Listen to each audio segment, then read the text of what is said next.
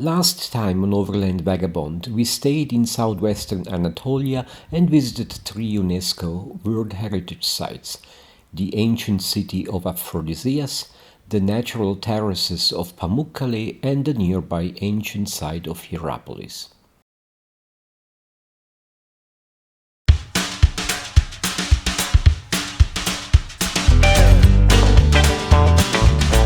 In this episode, we continue our journey towards east. We inadvertently attempt to enter a military zone unsuccessfully. We visit the old port town of Antalya. And we visit the most fascinating caves we have ever seen.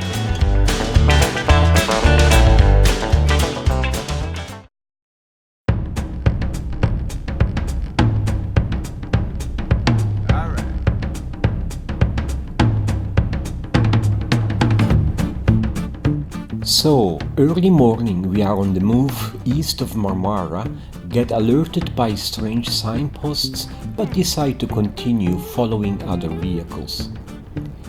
We almost reached the next crossroad when we were stopped by a barrier. 15 minutes of questioning and checking of documents, after which we were allowed to drive back.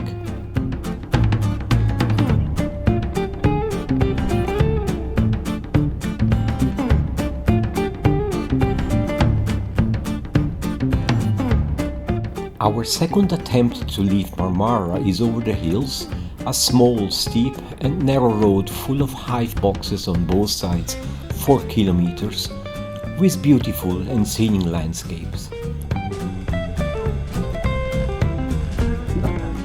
An hour later, the next surprise: no drive-through. So what happened? We left our campsite in the forest of Marmara, stopped at the fountain to fill our water tanks and had a coffee in town. Then followed Google Maps driving along the coastal road. Looks legit, right? Second attempt over the hills, that's the route Google Maps had selected while planning, and you know the result. We made it through the main road eventually, but lost 3 hours.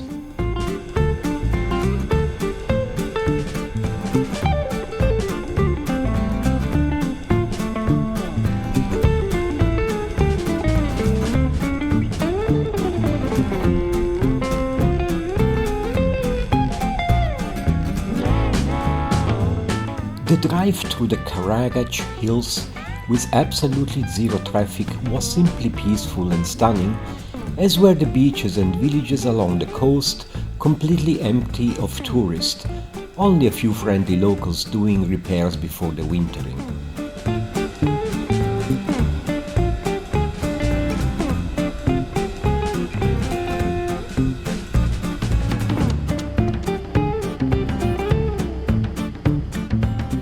On the way to Antalya, we spotted a road accident. The driver must have lost control of his car. Sadly, this wasn't the only occurrence on our trip, a reminder to be always alert and cautious. Antalya is the largest Turkish city on the Mediterranean coast with over 1 million people, and its old port town is full of life, character and history, and obviously tourists' attractions.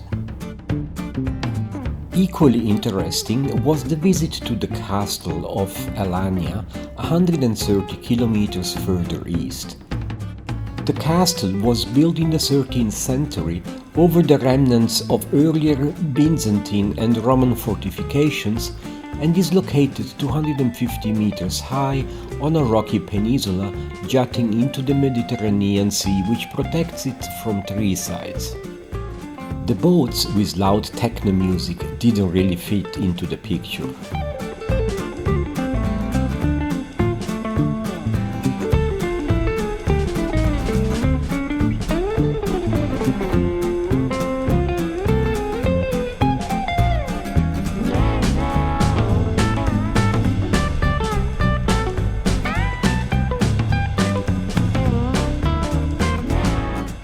Almost accidentally, we followed a sign leading to some unknown caves and decided to try it out.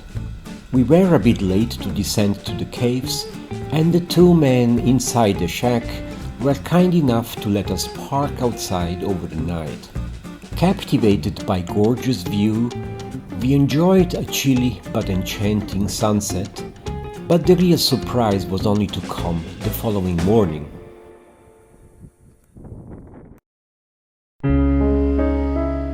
There is little information on the Gilindil cave, which was discovered by a shepherd only in 1999. Its entrance is on a cliff 46 meters above sea level, and the cave has a total length of 555 meters, a clearance of 22 meters, and features a beautiful blue lake at the very bottom of the cave. We have visited a few caves, very renowned ones, UNESCO tagged ones, but the beauty of this Gilindil cave is unmatched by far. See it with your own eyes.